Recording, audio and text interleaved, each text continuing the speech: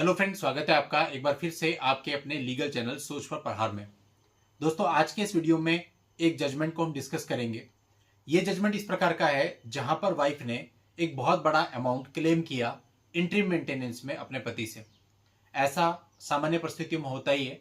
आपने अधिकतर maintenance petition देखी होंगी, बहुत सारे लोगों को खुद का एक्सपीरियंस होगा जहां उन्होंने देखा होगा कि वाइफ जब आपकी इनकम को दिखाती है तो काफी ज्यादा बढ़ा करके दिखा देती है, और जो अपना मेंटेनेंस मांगती है वो भी उस बढ़ी हुई इनकम के अकॉर्डिंग मानती है।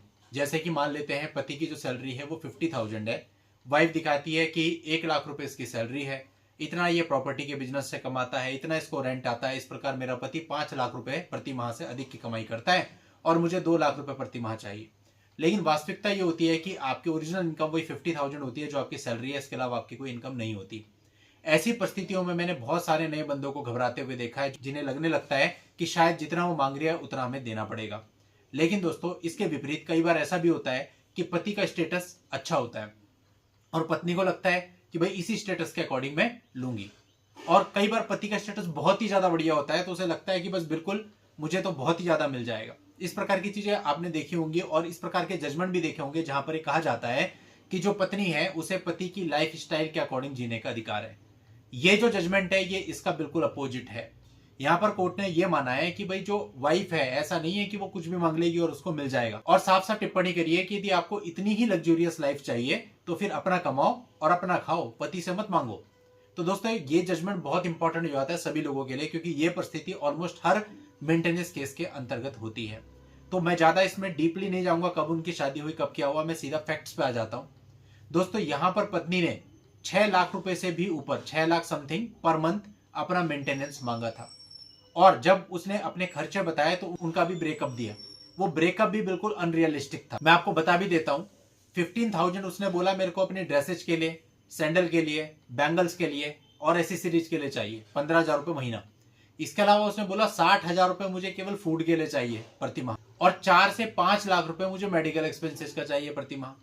तो इस प्रकार से उसने टोटल मिलाकर के 6 लाख से भी ज्यादा की अमाउंट पर मंथ क्लेम कर ली इंटरिम मेंटेनेंस। अब जब ये मामला हाईकोर्ट आया, ये कर्नाटका हाईकोर्ट का मामला है और अगस्त 2024 का मामला है, तो वहां पर जो कोर्ट थी, कोर्ट ने जो एडवोकेट साहब थे वाइफ की तरफ से, उनसे पूछा कि आप एक लेडी की तरफ से, सिंगल लेडी के लिए 6 लाख रुपए से भी ऊपर प्रति माह का क्लेम कर रहे हैं। एक सिंगल लेडी का खर्च इतना होता है, और अगर आपको इतनी ही लग्जूरियस लाइफ स्टाइल चाहिए तो फिर आप अपना कमाओ और अपना खाओ, पति से मत मांगो। साथ ही ये भी कहा कि मेंटेनेंस का जो ऑब्जेक्टिव होता है वो वाइफ की बेसिक नीड्स और डिग्निटी के लिए होता है, ना कि लेविश लाइफ स्टाइल प्रोवाइड करने के लिए। वाइफ की जो डिमांड है इसको कोर्ट ने एक्सेसिव और अनरियलिस्टिक माना। लोअर कोर्ट का ऑर्डर मॉडिफाई किया गया और रीजनेबल अमाउंट फिक्स करने के लिए मैटर को दोबारा नीचे भेज दिया गया। कोर्ट ने यह भी ऑब्जर्व किया कि जो मेंटेनेंस है वो एक सेफ्टी नेट है, लग्जरी के लिए एटीएम नहीं।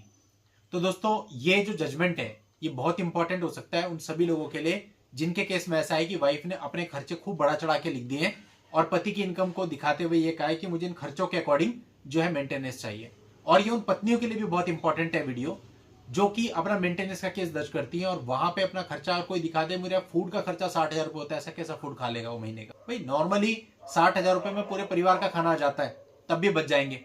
तो फूड पे 60,000 रुपए का खर्चा नहीं हो सकता। तो यानी आप जो ब्रेकअप कर रहे हैं, चाहे पति है चाहे पत्नी है, आप अपने खर्चे रियलिस्टिक दिखाओ। इस प्रकार के अनरियलिस्टिक दिखाओगे तो देखते ही कोर्ट भी एक ही बार में समझ जाएगा कि भाई ये तो आपने फर्जी लिखा हुआ है सारा, तो ऐसा आपको नहीं करना है।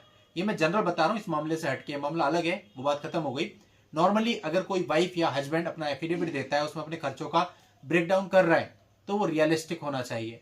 आप अननेसेसरी आप दिखा देते हो मेरे को ट्रैवलिंग के जो है हर महीने के 50,000 रुपए चाहिए, तो उसका कोई लॉजिक नहीं बनता। और अगर आप ऐसे बिना लॉजिक की डिमांड्स कोर्ट के सामने रखोगे तो फिर मामला कई बार उल्टा भी आपके ऊपर पड़ सकता है। तो थोड़ा ध्यान से आपको चलना है। इस मामले की जितनी डिटेल्स मेरे पास है आपको इस वीडियो के नीचे डिस्क्रिप्शन में मिल जाएंगी, वहां जाके आप इसकी जानकारी ले सकते हैं। आज की इस वीडियो में इतना ही। नेक्स्ट वीडियो में नई जानकारी के साथ मैं आपसे फिर मिलता हूं, तब तक के लिए goodbye and thank you for watching. Take care.